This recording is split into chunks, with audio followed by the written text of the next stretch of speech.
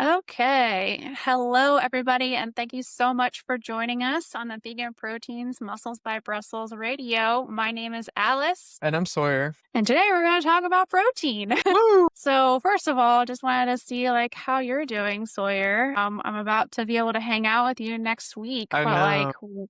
what's going on with you? Mm. And your are you comfortable talking about your move? Yeah. So I am moving to Spain, it looks like, beginning of next year. And that is very exciting and also very stress inducing because there's a lot to do before then. And it sounds like a long time that we have, but you break it down and all the things you have to do, and you're like, oh man, we gotta get moving on this. So I've kind of been running around, like do a little bit of work here, then I work on the van a little bit, then I do like because we're gonna sell the van too. So it's just like, man, I feel like I haven't sit still for like more than, I don't know, a couple hours at a time for I don't know how long, a few weeks now. So it's exciting, but I'm also really tired.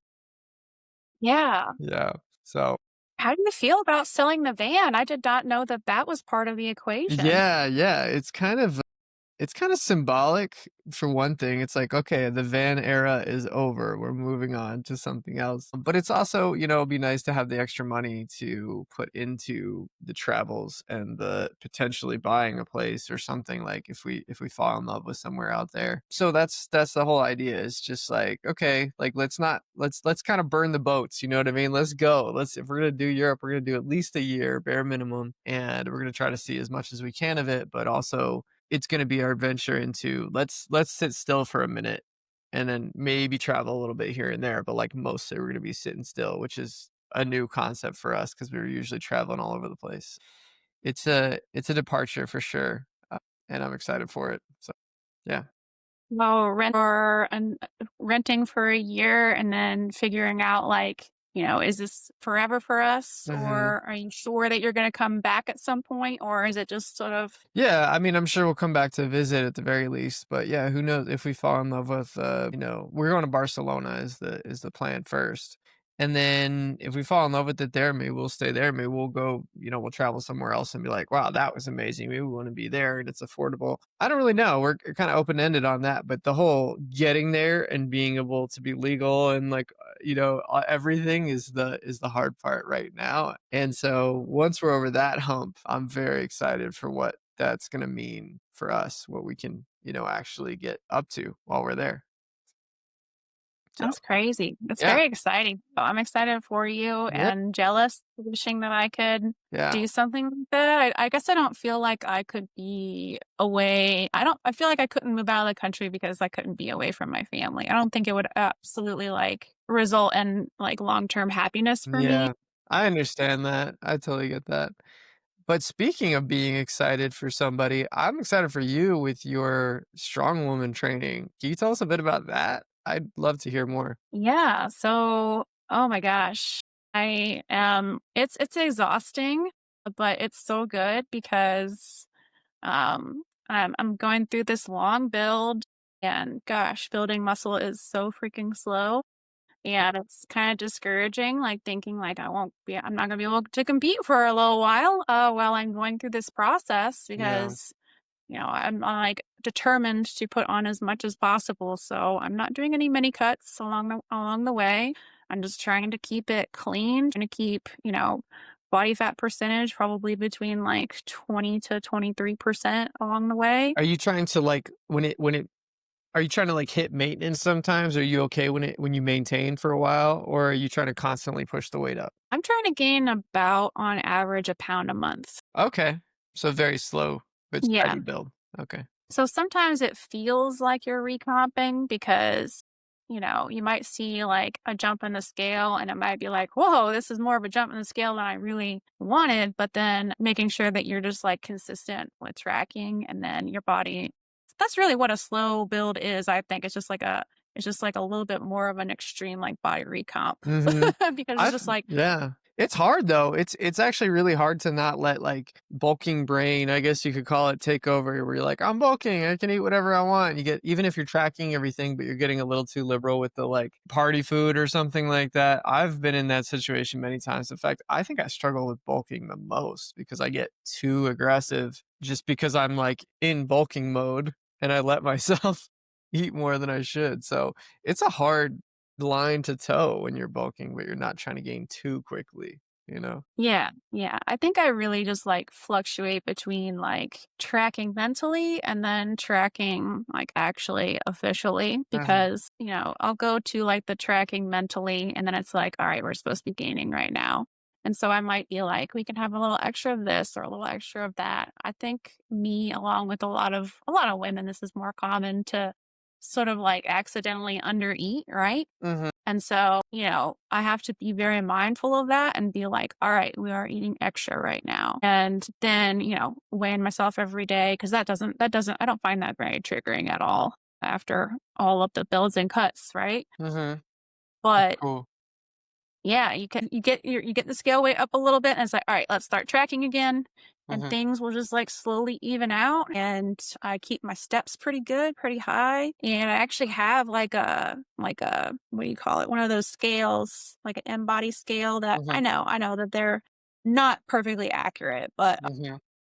I use that to sort of help along with like my coaching eyes to be Mhm. like, yes, body fat is looking appropriate. Mhm. Like we can continue pushing. And yeah, it's very much like kind of like a tug and a push Yeah, situation. you're kinda managing, you're trying to keep it in the middle, like, it's like Pong, you're like, "Okay, let me make sure it's staying in the bounds." Do you, how many steps a day do you do? Try to get 7 to 10,000. And I mean, I guess it also depends on where I'm at, like, in that. Am I trying to make the scale move a little bit or am I trying to make the scale even out? Okay.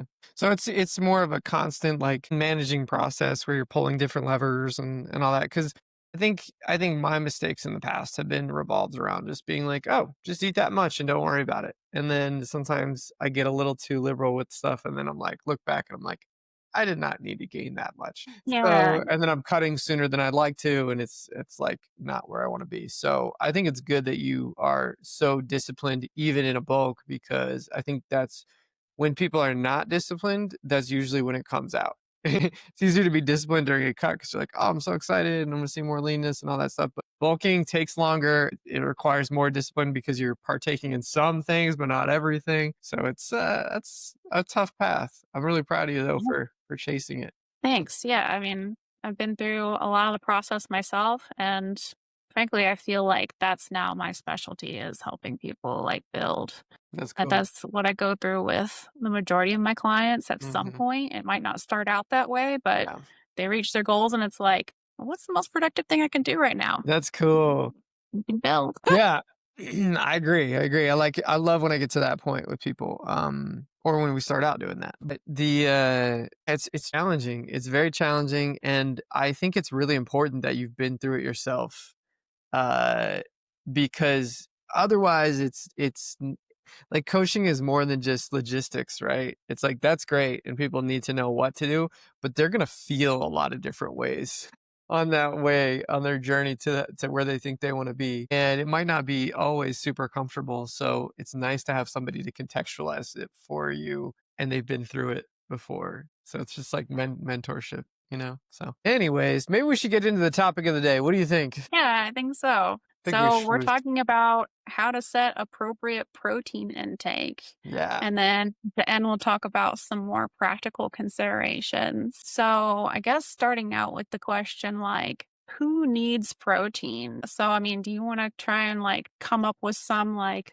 buckets Sure. that like come to mind for you? Yeah. So, I mean, we could start with the general population. The RDA is zero point 0.8 grams per kilogram of body weight. I think that's pretty much universally known to be pretty dang low. And you got people all over the spectrum. I work with some medical professionals who get even lower than that. Like it's pretty interesting diversity of opinions. But I think if you were to ask most people, most medical professionals, most health professionals, they would say zero point 0.8 grams per kilogram of body weight is pretty low. And then on the other side of the spectrum, you've got the strength athletes, the resistance training athletes who have for a long time now espoused the 1.6, so double that amount to 2.2, which is about body weight gram per pound of body weight. So the 1.6 to 2.2 is a pretty universally accepted in the fitness world for protein.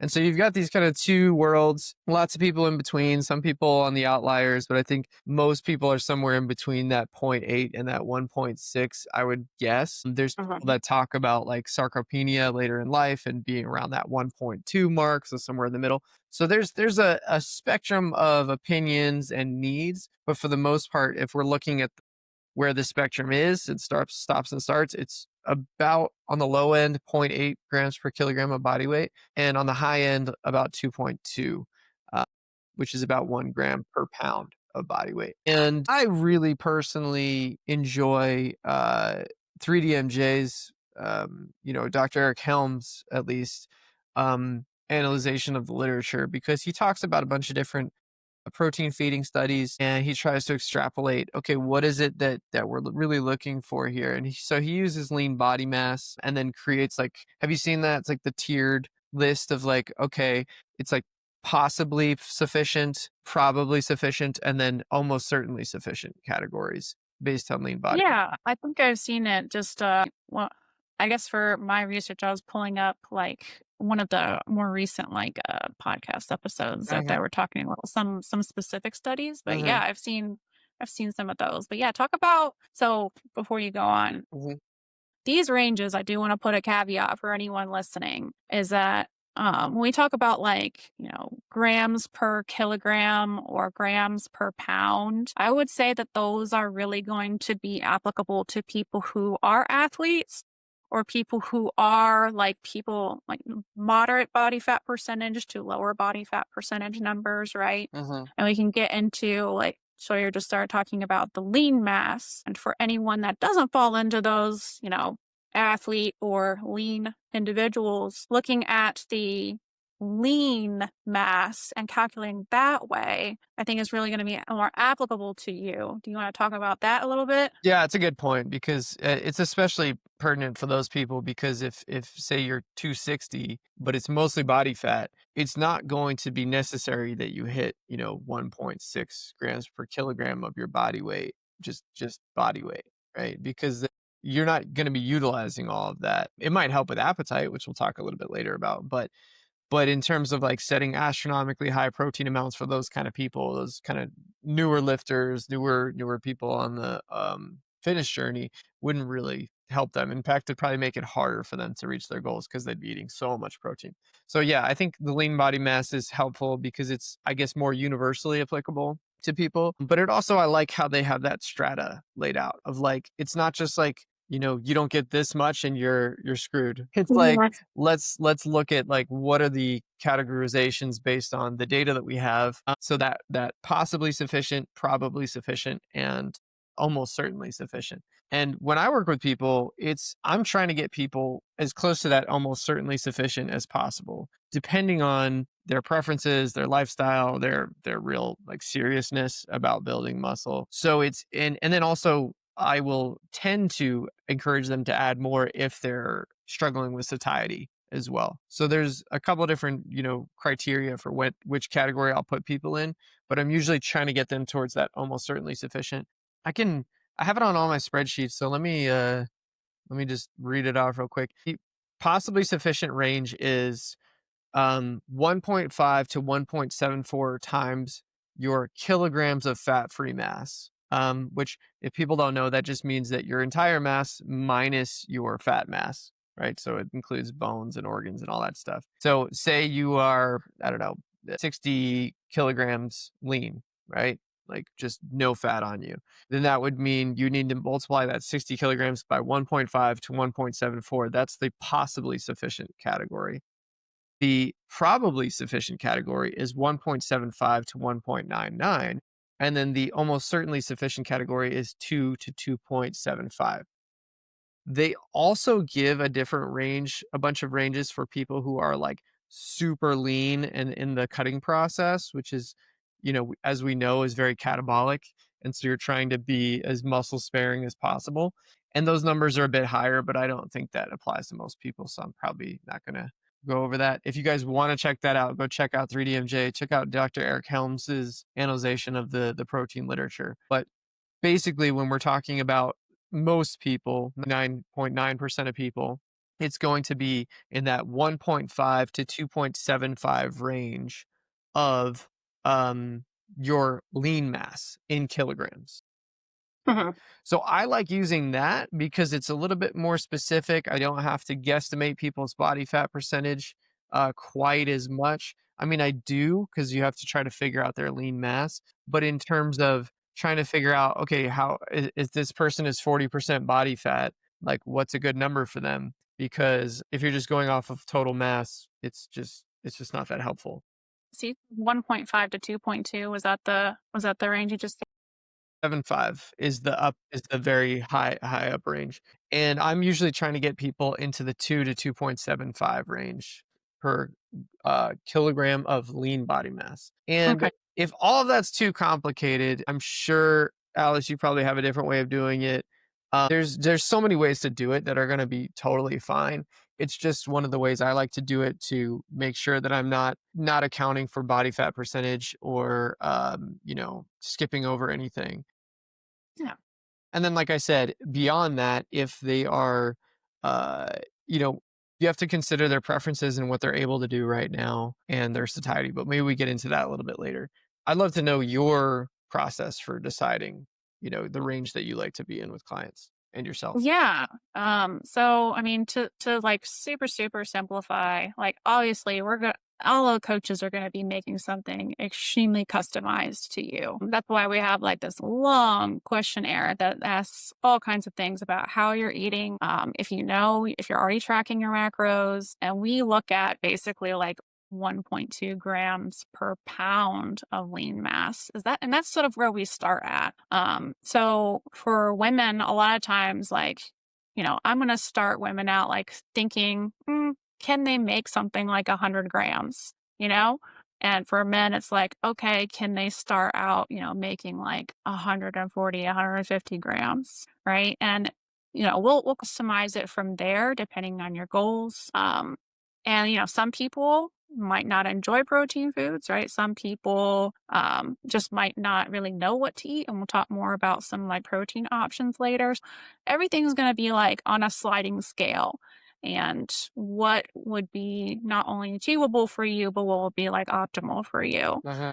So when we look at like it makes it a little like confusing when we talk about lean mass, right? So I think the easiest way to like figure out someone's lean mass, if you were to actually try and calculate this for yourself, and you can ask one of the coaches or just email us at coach@veganproteins.com if you're having a hard time like figuring out what is my body fat percentage. Like a lot of us can sort of eyeball and figure it out now, but you can Google like Hmm. female body fat percentage chart or male body fat percentage chart, and you can see a lot of different like a scale range of like about what this photograph looks like for such and such different numbers. Hmm. And this number does not have to be exact. Like I think people stress a lot about being like, oh, am I like a 5% difference. It's not going to make that big of a difference. Hmm. Once you like choose one that you think, all right, I feel pretty good like landing on this picture for my Hmm. body, then you're going to take obviously your scale weight and then you're going to multiply it, right? Times Hmm. that percentage.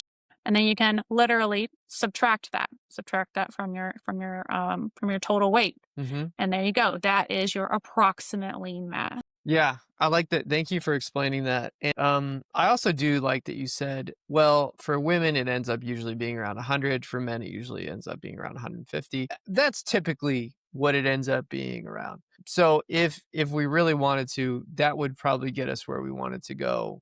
90, 95% of the time.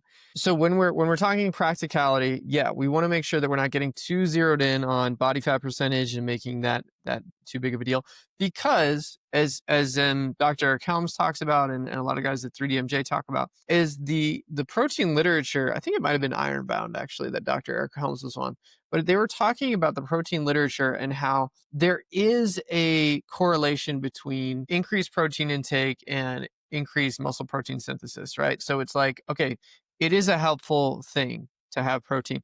But the thing is that the order of magnitude is actually not that huge. Like the difference between eating, 120 versus 140 grams of protein or 160 grams of protein is not that massive. It's important to remember that when we give protein recommendations, we have these different strata, we have these different ways of doing it. But at the end of the day, if you're getting enough or like close to enough most days, it's going to serve you pretty well. If you're not a professional bodybuilder and you're trying to gain every gram of muscle that you possibly can, then eating, 20 or 30 grams less than is ideal or whatever is not going to ruin you. So I think it's really important that we contextualize all this stuff with our recommendations and say, hey, look, you don't need to be super exact. And also, even if you were trying to be very precise, it's a guesstimate, and the amounts between, a higher and lower amount, we don't see that big of a difference in the literature. So it's not like something to get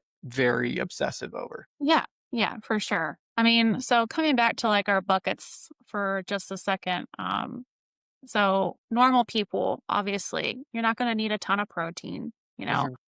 but I think in general, as a fitness coach and someone in nutrition, I would say most people need to eat more than what they are currently consuming, right? Yeah. And like I would say, like for most people, like I would say, please, like if you like if you can, like try not to go below like 70, 80 grams of protein a day, right? Would you agree with that? Yeah, I think like it's kind of like when you first start lifting and you don't even need to be doing all that many things perfectly exactly right. You're going to get the lion's share of the benefits just by showing up and doing a little bit more than you were. So like yeah, you can get into the higher amounts and play with that and more of training volume and all this stuff later. But for now, I think if you hit that like 70, 80 gram amount, especially when you're first starting, you're going to notice benefits from that. And then you can decide if you want to keep going in that direction. But I think that, yeah, that's a good starting point for most people to just try to pay attention to. Am I getting like, a good, decent amount to start? And am I noticing a difference in how I feel and how I perform with those? Yeah. Yeah. Yeah. So for people who are concerned about muscle, which I think is most people listening to this podcast, right? If you are, even if you're primarily here to lose weight, right? I think even if you're in this audience, there's a little bit of like, I would like to have muscle on my physique. I'm starting to understand like the health benefits of Yeah. having muscle, right? For longevity, for health, for independence, right? We want to take all these things into consideration. Like we can get into a little bit of a nuance, like even more so, like how much do you need more protein if you're trying to gain muscle? Do you need more protein if you're trying Uh-huh. to um, lose fat? Right? Uh-huh. Uh-huh. And in general, if you are, you know, not in like an elderly bucket, I'd say when you're going through a fat loss phase, you want your protein to be on the higher end, right? Because you're trying to maintain as much muscle as you can throughout that process. Uh-huh. I hate the term skinny fat, but it's a good example to like help sort of people understand what can happen if we're just sort of dieting without lifting weights, without eating protein, Uh-huh. right? Our body is actually a lot faster and a lot better at burning our lean tissue, our muscle, than it is at breaking down like our stored fat cells, especially during activity, right? If we're walking, if we are running, if we are playing sports, if we are lifting weights, like if we are not adequately fueled with nutrition, like the body is actually going to take like a bigger chunk percentage wise Uh-huh. of your muscle, Uh-huh. right? So that's why we say like you would need more protein, because it plays that protective role. And I would also argue like eat carbs with that protein because the carbs are even more I'm gonna protective. say, yeah. Yeah. We don't want your body going and being like, "Oh, we're gonna use this protein that you just gave me for fuel, and Yeah. it's not actually going to go towards building muscle," and, then we're walking this fine line. Yeah, I really like how you said that. I think if you're ever in a situation where you are at increased risk for muscle loss, whether that's sarcopenia in older age, if you're dieting aggressively or even not that aggressively, if you want to have like, it's just more of an insurance policy more than anything. It's not like you're guaranteed to lose muscle if you're cutting or something like that, especially if it's at a reasonable rate. But it's just nice to have a little bit extra to say, okay, I'm covering my bases here and then some a little bit, and it's really Mhm. good to have. And I like how you also mentioned the carbs too, because carbs are also muscle sparing. And they're especially important when you're cutting because you're going to be in a depleted state a lot of the time, meaning you don't have glycogen, you don't have as much accessible energy. And if you want to have good training sessions, which is going to be the really key thing for keeping muscle on your body, then you better be carbing up before those workouts. And so that might mean that fat is taking a back seat for a while, dietary fat is taking a back seat for a while protein and carbs kind of run the show. Because yeah, if you're not performing well in the gym and if you're not eating enough protein, you're gonna have a hard time holding on to muscle on the way down to lower body fat percentages, or I guess Right. lower I weight. love I love that you mentioned that because I think, a lot of people will talk about, oh, how important protein is for, say, elderly, right? Because you touched upon sarcopenia. So I think that's really important thing to talk about because all the science shows that for muscle retention, for muscle gaining, elderly need higher, higher, higher, like some of the highest amounts of protein as far as our scales that we keep referring to, Mhm, right? Because there's so much more at risk for sarcopenia. A lot of times they're trying to mhm, maybe they lived a big chunk of their life to be very sedentary and now they're trying to catch up, right? So that's someone who would definitely be, I would say, on the higher scale. yeah, Also people who are recently injured, people who have recently had surgery because, I think a lot of people think, oh, I've just, I'm laying around in bed trying to recover from some procedure or some injury. And our instinct is like, "Oh, I don't need to eat as much, right?" Meanwhile, our body is like fighting for its life, trying to find these freaking nutrients, and you're not fueling it enough. Like your body is going to take away like your existing proteins, your existing lean tissue to fuel that repair. So one of the biggest mistakes you can make is under eating when you are trying to recover. yeah. Now it's important that you have that muscle tissue already, but like, yeah, I don't know if y'all have seen any of like the recent social media posts of people like so before and after surgery, before and after cancer, even where like, oh, I had this great physique and Um, then went through, this recovery phase, this surgery, and like, poof, all that lean tissue's gone. Yeah, it's a combo of not keeping it active, like it's use it or lose it, and also that protein amount can make a big difference too. I have seen, I don't know if you've seen, but for people with sarcopenia, I've seen recommendations of 1.2 grams per kilogram of body weight plus. That's what I've seen, which is yeah, the RDA again is zero point 0.8 for general population, but 1.2 for sarcopenic people. Yeah, I think it's really good that we kinda keep that in mind for people who are recovering or, yeah, have more anabolic resistance now that they're getting older. They need to just do more to keep maintaining and maybe building.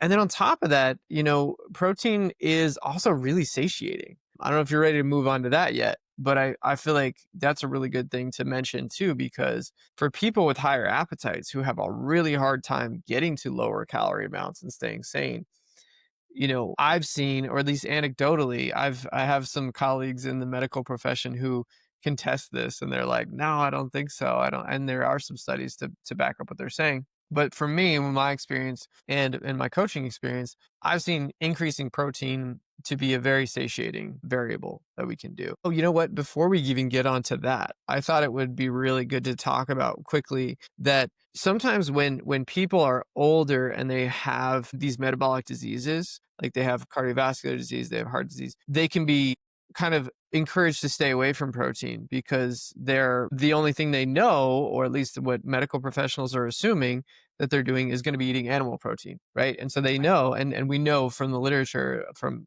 100 years now that increasing saturated fat and decreasing fiber or taking up space in the diet of places that could have fiber with animal proteins is only going to lead to worse outcomes with those kinds of things. So a lot of older people feel like they're kind of stuck between a rock and a hard place where they need to preserve muscle tissue. That's really important for all the things that they're trying to do, insulin resistance, not have breaks when they fall, like all these things that happen as they get older, and they need to have more lean tissue on their bodies. But on the other side of things, they feel like, well, I can't eat that much protein because then my saturated fat goes up and then my heart health and everything like that.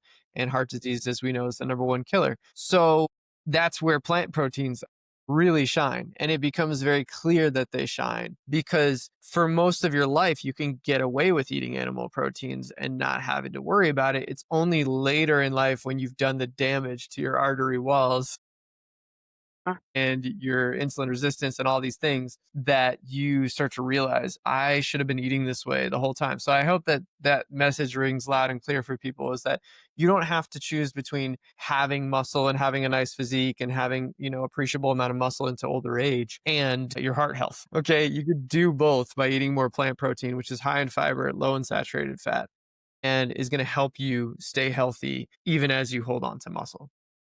And one caveat, Yeah. since we're talking about people with health conditions, the only people that really do need to hold off on the protein are people with chronic kidney disease. Yeah, true. Listen to your That's doctors. Definitely listen to that. Because yeah, kidney filtration issues is a whole nother beast. But yeah, I like that you mentioned that. Anyway, sorry, getting back to what I was going on to, which is the satiation. Anecdotally, at the very least, I've noticed, I don't know if you have too with your clients, but when I do dial up the protein a little bit, usually it's about 15-20 grams. I start people like edging people up, even if they're already in the golden range, whatever you want to call it, but that range that Dr. Helms suggests is the probably sufficient amount. Even if they're in there, but they're still experiencing hunger and they want to keep dieting, that's when I'll say, all right, well, we can try it. Let's bump up your protein by another 20 grams or so. See how you feel. If that helps, great. If not, maybe it's time for a maintenance phase or something like that. But it is a tool that I pull out of the tool bag occasionally. Would you do that same thing? So I rarely change my clients' protein goals Hmm. unless their personal goals change. Say we were going from a cut to flipping into a bulk, Hmm. right? Mainly because, a lot of people don't enjoy eating protein food, and I'm trying to keep them as happy as possible throughout the process. Yeah.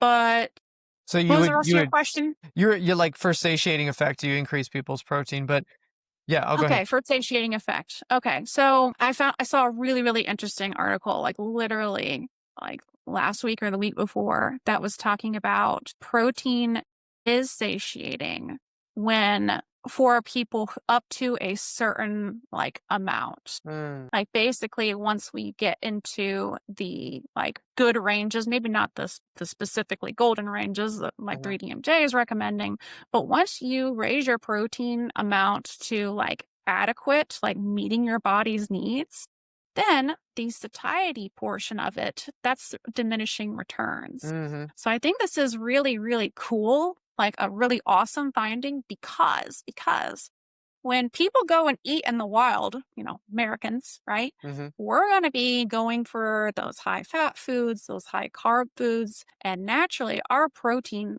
consumption is going to be like rock bottom, mhm, like much lower, especially I'd say for women. mhm, I'm having a hard time keeping my train of thought for satiety. But anything above that, right? Like you're gonna feel better. You're not. mhm, I've had clients come to me and say that they are that they had reduced cravings. That's the biggest thing that they've noticed since they've been able to adhere to that higher protein diet. Yeah. And I think it's because, that nutritional need is being met. Of Mhm. course, we also have to think about things like, our vitamins and minerals and micronutrients as well. That could also play a part. But I think protein is a really big piece of that puzzle. I agree. I think, and I agree. I think the more with anything, the better you get at something, and the more you push that up, the more diminishing returns you get. It's like volume, right? You could do a decent amount of volume in the gym, and then you do more than that, and you get a little bit better gains. You do more than that, and like you're kind of pushing it at some point, right? You're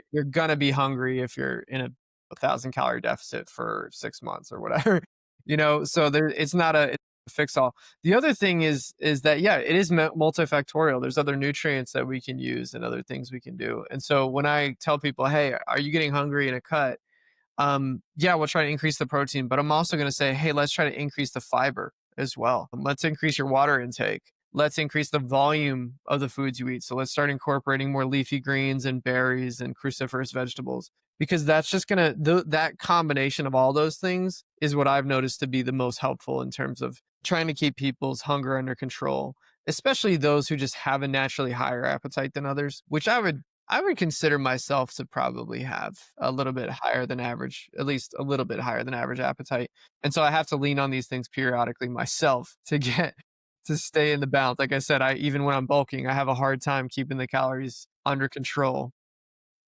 Knowing that those four things, the protein, water, volume, and fiber, can be very helpful for satiety. It's not just in cuts that you can manage that. It's like turning those dials up or down depending on what you're trying to do, how fast you're trying to go. They can be really helpful tools. But yeah, the protein is one of them. So I thought I would mention that first. Absolutely. Coming back, just because I don't want to leave the rest of the elderly conversation like Mhm. without sort of like the something that's really important for especially elderly to understand. I mean, I think young people too, but there's a lot of push. There's a lot of push as someone who is older to eat more protein, right? And eating more protein can play a protective role in the muscle tissue that you already have. But just that caveat, real quick, just before we move on, is that in order for you to really be gaining and really like optimally retaining muscle, you need to be doing weight training. Mhm. Weight training is going to be 90% of your ability to build and maintain your muscle.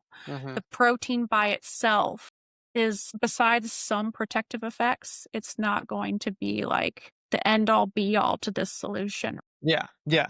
When people are bedridden, they lose muscle like fast, Right. You within can't weeks. eat higher protein when you're bedridden, and it can slow it down. It can Mhm. make it less severe, right? But yeah, typically you need both of those things. Yeah. And coming back for, let's flip the other side of the coin for younger people who are just like, because I think there's a lot of debate in the plant based movement, the vegan movement. Like, is protein really that important, right?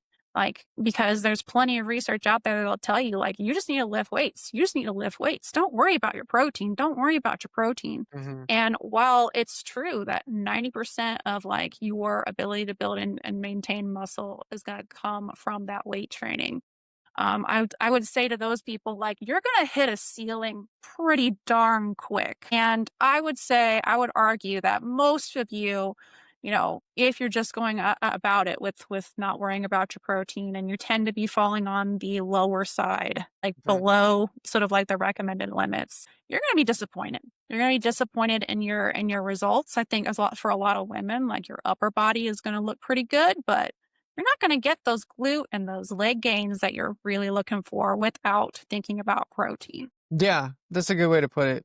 Another way of saying that is like the more seriously you take the gym and your physique and everything, I think the more seriously you should think about eating a little bit more protein too, because it does help.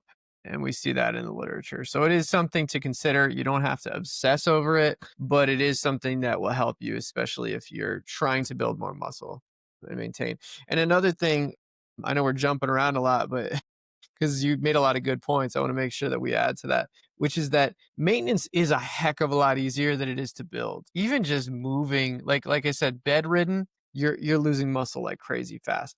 But just moving around and using your body normally, you'll be able to maintain some muscle because it's just like that different. Putting weight bearing exercises and things like that, doing body weight things even, you can maintain Yep. enough muscle. So it's not that you have this super high bar for maintaining. In fact, it's pretty low to even gain when you first start. It's you can almost do anything training wise and build muscle. It's only as you build an appreciable amount of muscle that you have to like start designing your life more and more around building muscle if you want to keep going. So it's really like, the people who say, "Oh, I don't want to get too big or too bulky or whatever." And it's like that's like saying, "Oh, I don't want to play basketball because I could end up Michael Jordan." You know what I mean? It's like you get to decide at which level you feel like that's good.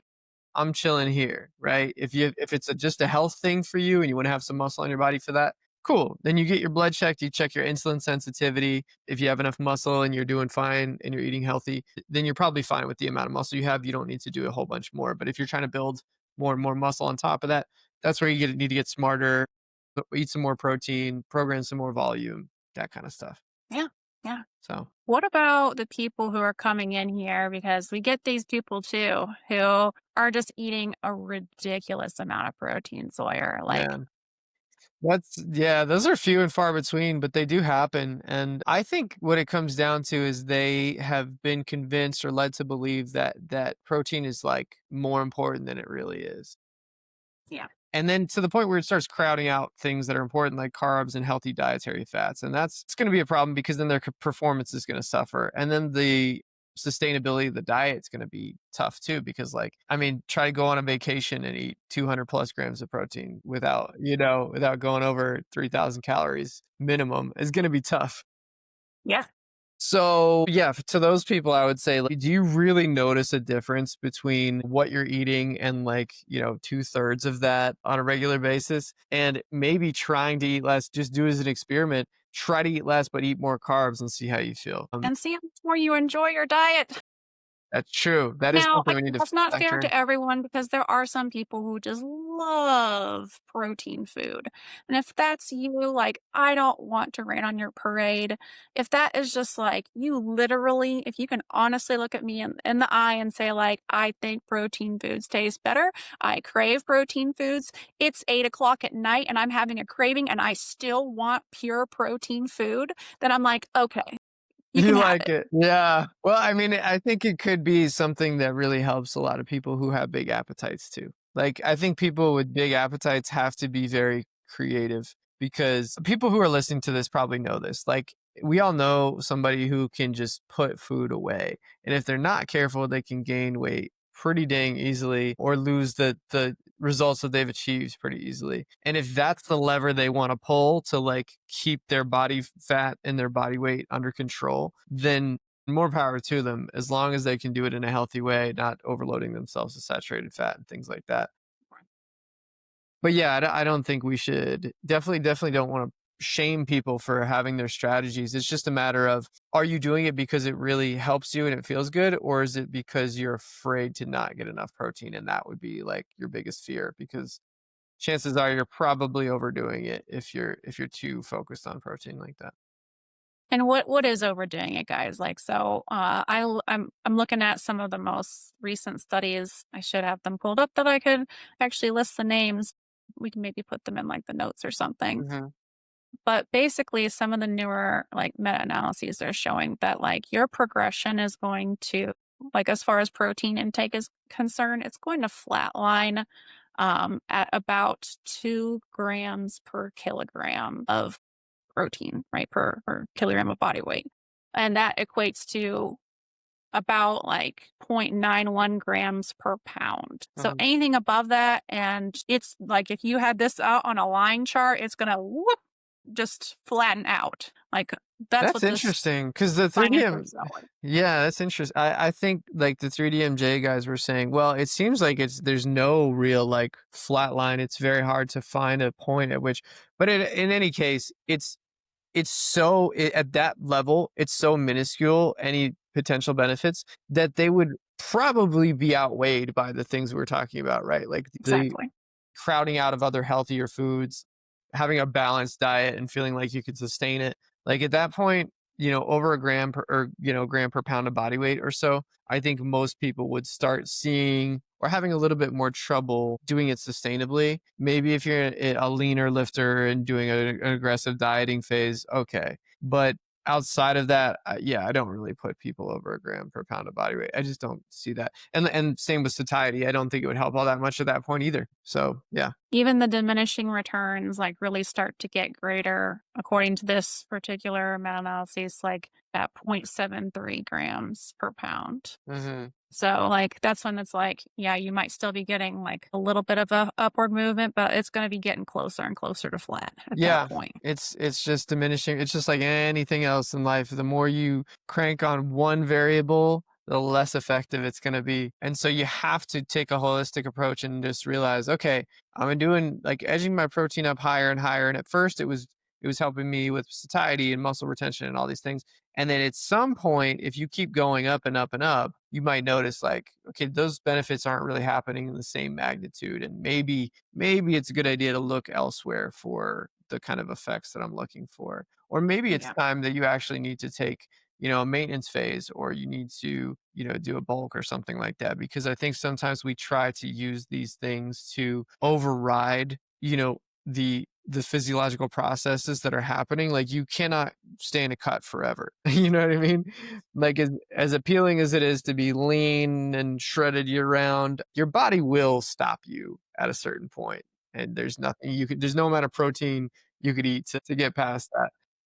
And same with the Resting metabolic training. rate is just going to continue getting lower and lower and lower, guys. And basically, you're just going to keep continuing making it harder and harder for you to maintain and or lose weight if you continue living in that calorie deficit. I've had this conversation with people all the time. Hmm. It is important that you eat a sufficient amount of calories or you're just going to be shooting yourself in the foot, especially Yeah. as you get older. That's a Right. lot of the clientele that come to us, right? Right. And your energy is just going to tank. So your workouts are not going to be anything. So yeah, if you can't keep your workout performance decent, that usually is that's pretty much the canary in the coal mine that you're going to start losing muscle. If you cannot keep your training intense and really good quality and enough volume to really stimulate at least maintenance, but that's going to be a higher bar the deeper you get into a cut. You need to keep an eye on your performance and your strength, because if those are tanking, that is your sign to get out and eat some more calories. Yeah. Yeah. And oh, this brings up an interesting thing.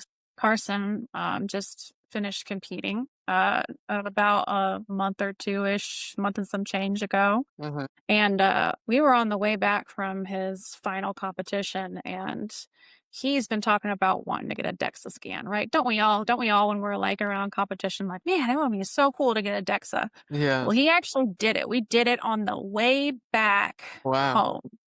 And we had some really interesting conversations with the technicians at Mhm. the DEXA place because they also can check like your resting metabolic rate. And I was like, "What's Yeah. the lowest you have seen?" And he said 900 calories. Wow. Yeah. And, Wow. of course, this was for, middle-aged I can't remember if he said she was peri or postmenopause. She Mhm. might have been peri.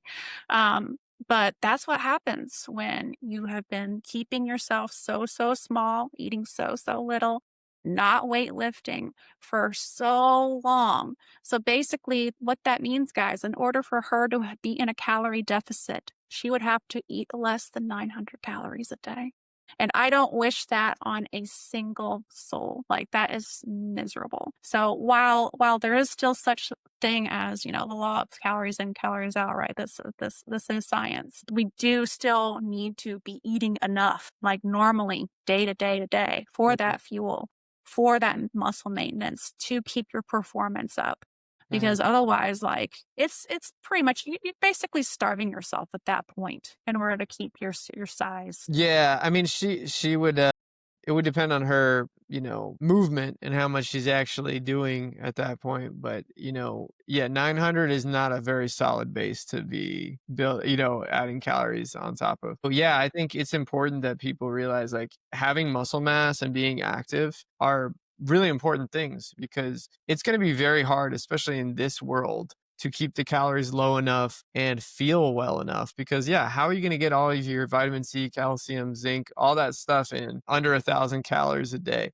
That's really hard. You have to like that's like trying to fit, I don't know, what's a good metaphor for that? Trying to fit all your nutrients into one small little bag. Like that's really hard to do. The It'd reason be like that living off of multivitamins. yeah, yeah, it's a good idea. It's a good way to put it because if you don't have a variety of foods coming in throughout the day, you have to be very selective. If you only have a very small pouch to fill up and you have to put all your nutrients in there, that's really tough. So you could accumulate or have nutrient deficiencies.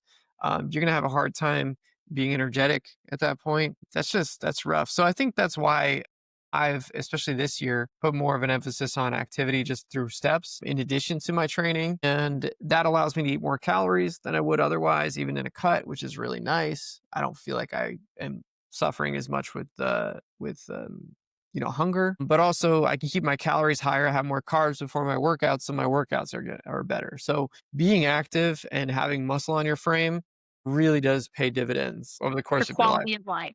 Your quality of life now, as Hmm. far as weight maintenance is concerned, as far as feeling good, as far as having the energy to just live a productive, Hmm. active life.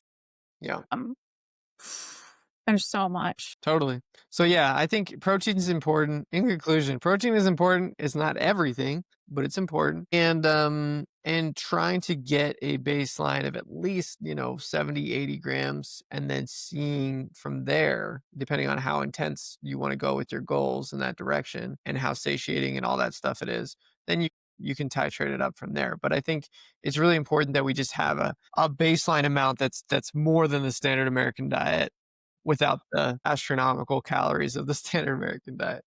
Can I talk about maintenance for a second? Because Yeah. something really, really interesting with regards to protein. Like, if you are eating at maintenance or in a slight calorie surplus, a lot of people sort of default to being like, "Oh, I need to like max out that protein, grams that I'm eating, um, that ratio, all these recommendations, right?" But here's the thing: as long as you're eating like, sort of like at least in that, I'd say, what do you call it, the golden range? I mean, again, I'd say for women, at least 100 grams, men, at least 150 grams. As long as you're eating at I like least that. that, you don't need to have super high protein in order to continue seeing gains. The thing is, all of those other calories that you're getting from the carbohydrates and the fats play such a protective role for your muscle that you can still you can do amazing. So don't feel like you have to like max it out unless, I would say like, yeah, calorie deficit needs higher. But if you're maintenance or literally going through a build phase, it does not need to be like all about the protein, guys. Yeah, I like that advice. I like the 100 and 150 because that's usually where people land, unless you're exceptionally big or Once you're like, exceptionally small. exception.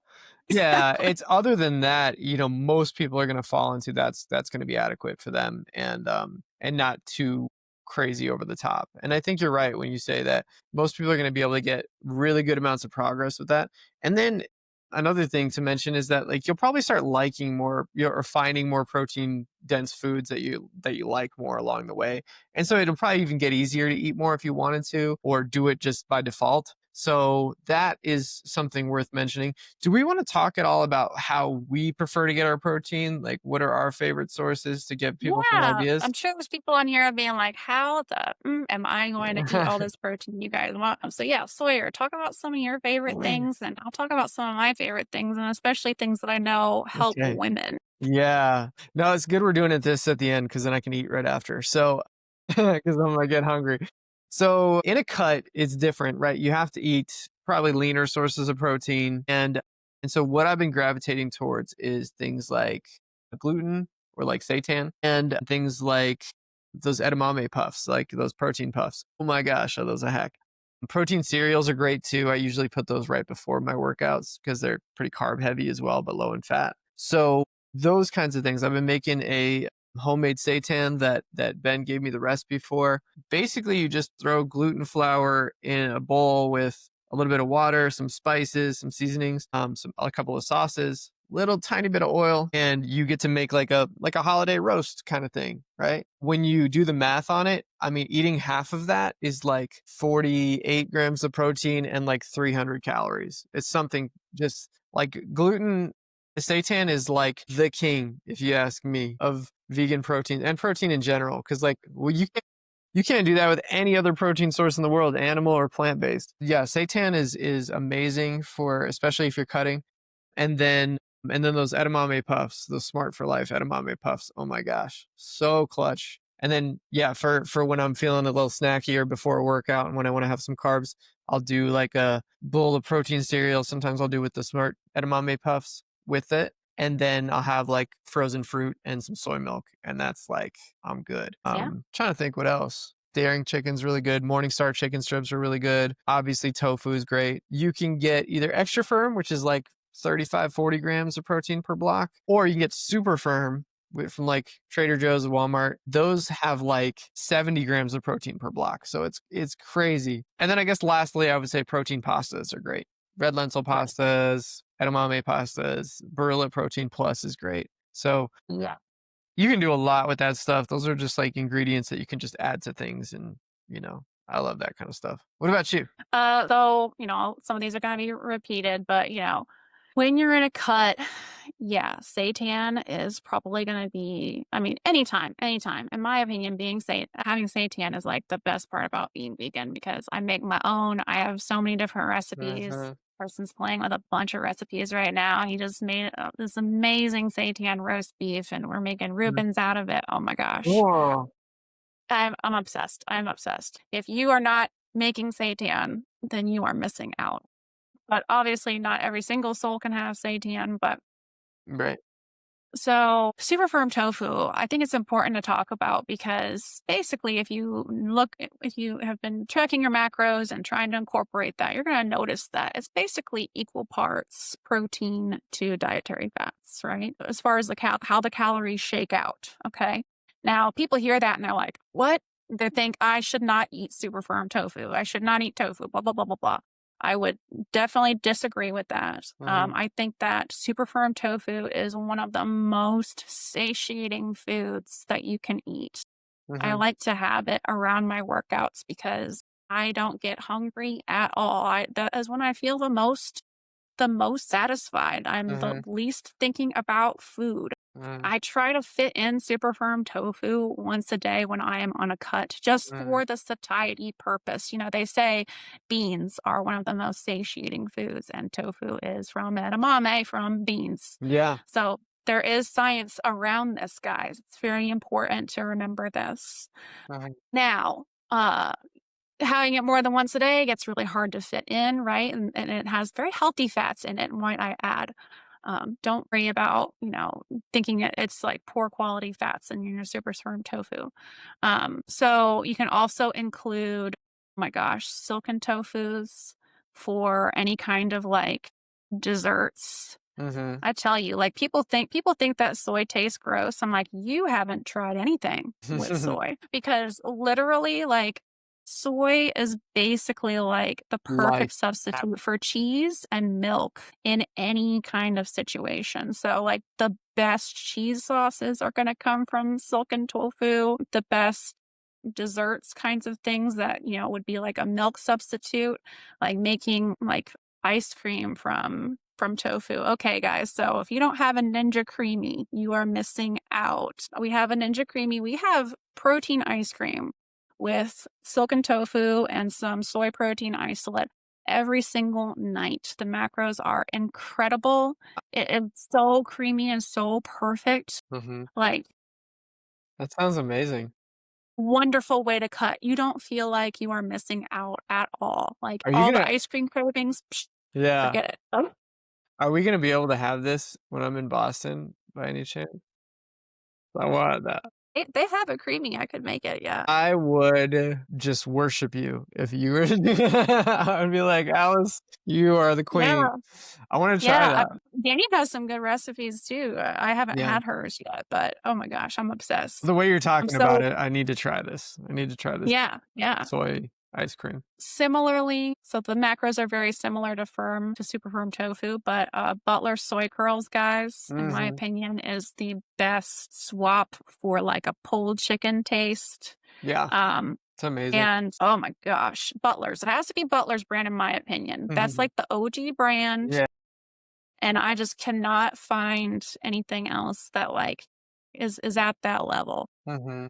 Now you do have to make sure you make it right when you're rehydrating it. It doesn't say on the instructions that you actually have to wring out, like physically, like with your hands, wring out Mhm. the soy curls before Mhm. you go and cook them. Mhm. If you just rehydrate them and throw them in the skillet like that, they're gonna be soggy and gross. Make sure you wring those things out, guys. Yeah. But amazing, TVP is amazing. very similar too. And TVP is Mm-hmm. another good one, so Yep, TVP. Textured vegetable protein, which is typically made from soy. There's also a lot of textured pea proteins available now. I'm using Outdoor Herbivore, which is not a vegan brand, but randomly enough, they have a really good pea protein Hmm. on their website. It's like a camping website and it's pretty affordable. Sometimes pea protein in general, things made from pea protein can still be expensive for not good reasons. It's because they used to be expensive and they're just still like keep hanging on to that high price. Really? Wow. Yeah, yeah. Like when pea protein first came out, like it was considered rare and hard to get, and yeah, Mhm. they was pricey, right? Yeah. That's actually what Danny and Giacomo like used to focus on selling a lot of the time before Mhm. they did coaching when Yeah. the company was Vegan Proteins because they sold vegan proteins. Yeah. That's cool. So texture pea protein, you mentioned the freaking protein pastas. Ladies, this is going to be a game changer for you. He mentioned the good brands, Barilla Protein Plus pasta that does have gluten in it if you need gluten free. Then I recommend Explore Red Lentil Pasta. Oh my gosh, it's just got the consistency, the best Mhm. mouthfeel. Some of these protein pastas, they kind of fall apart and crumble apart when you cook them, and they just don't have like they don't feel like pasta like when you're chewing on them. Yeah. But the Explorer is very good. The Barilla Protein Plus, you wouldn't even know that you're It having a tastes protein normal. pasta. Yeah, it tastes It's normal too. exactly the same. Yeah. Mhm. And there's lots and lots of options for that. And then cooking with vital wheat gluten, ladies. Vital wheat gluten Like is baking. the ingredient that you make seitan out of. So you can buy this as a flour and you can put it into all kinds of anything that's bread like, anything that's pancake, waffle, bread, Mhm. dessert, cake, cookie. You can fit it in there and you can bump up the protein intake to that. And it is a game changer. There are Amazing. lots of good recipes online. Yeah, I've been making like a banana bread recipe with that, and it's been Mhm. awesome. It's like instead of flour, I just use blended oats and gluten flour and put those together one to one. It's very dense, but it's filling. I get my sweet tooth fix while I'm cutting. It's perfect. Yeah. Basically, if you guys have the ability to make your own food and you have the time and energy for that, it's gonna serve you just so well in your fitness journey because it's just like you can start tweaking things and then that just becomes the way you do things. You don't even have to think about it after a while. You just get enough protein because the way you make things has enough protein, you know? Yeah. Yeah. So, No, I agree. We cook all of our food. We cook, oh my gosh.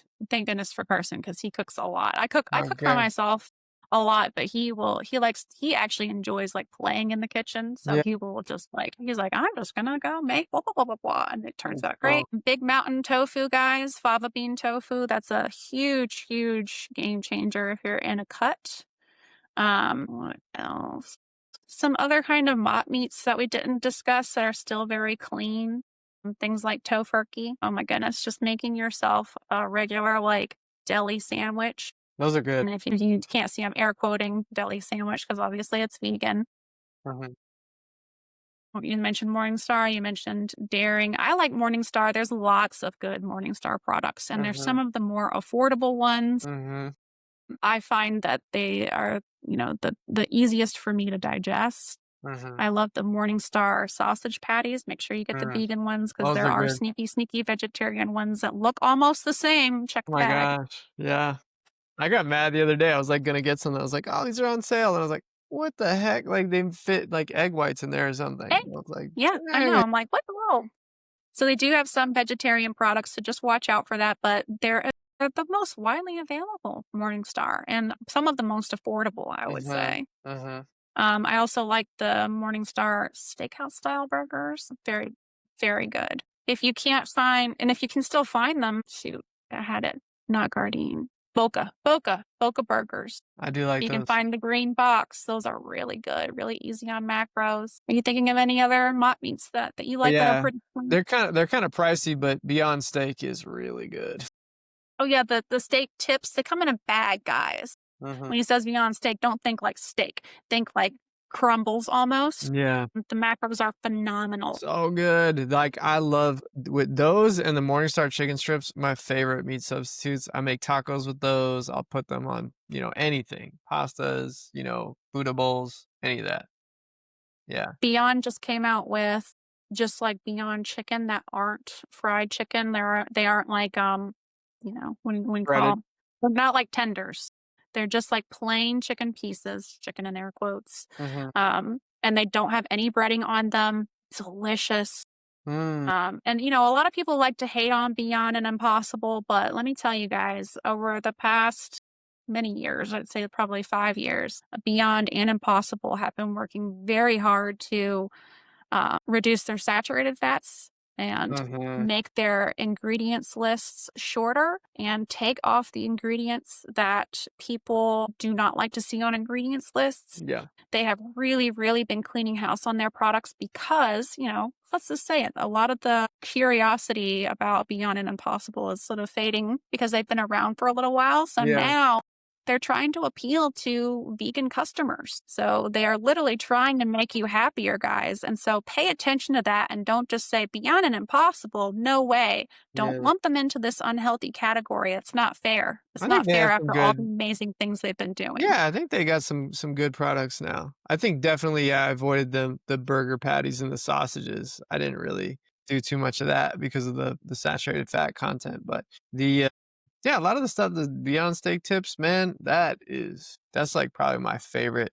Between it's between that and the Trader Joe's beefless bulgogi. Those are I like do like Trader Joe's. Also, yeah. Trader Joe's has a ground that, gosh, it has like a picture of a bell pepper on the front. Mhm. It's very, very good. It's soy based, and that is one of the best grounds, in my opinion, guys. Yeah, I've had that one. I'm not a huge fan, but Really? each their own. To each their own. That's cool. Yeah, I think we've listed quite a few, so that's cool. Hopefully people have some stuff to go try now. Yeah. Also, one last thing about Impossible and Beyond, as long as you don't get something that is breaded, like chicken tenders, chicken nuggets, or whatever, Yeah. they're all gluten free, guys. Well, No, that's I good bet you to didn't know know. that. Yeah, I didn't know that actually. That's cool. Cool. All right. Well, that was a lot of fun. I think we covered a lot of ground there. And hopefully people walk away from this conversation thinking, okay, I'm going to get this amount and not stress about getting astronomical amounts of protein. And then they have some options for how they're going to do that, sustainably. So thank you guys again for tuning in to another episode of Vegan Proteins Muscles by Brussels Radio. My name's Alice, And I'm Sawyer. and we'll see you guys later. Bye. Bye.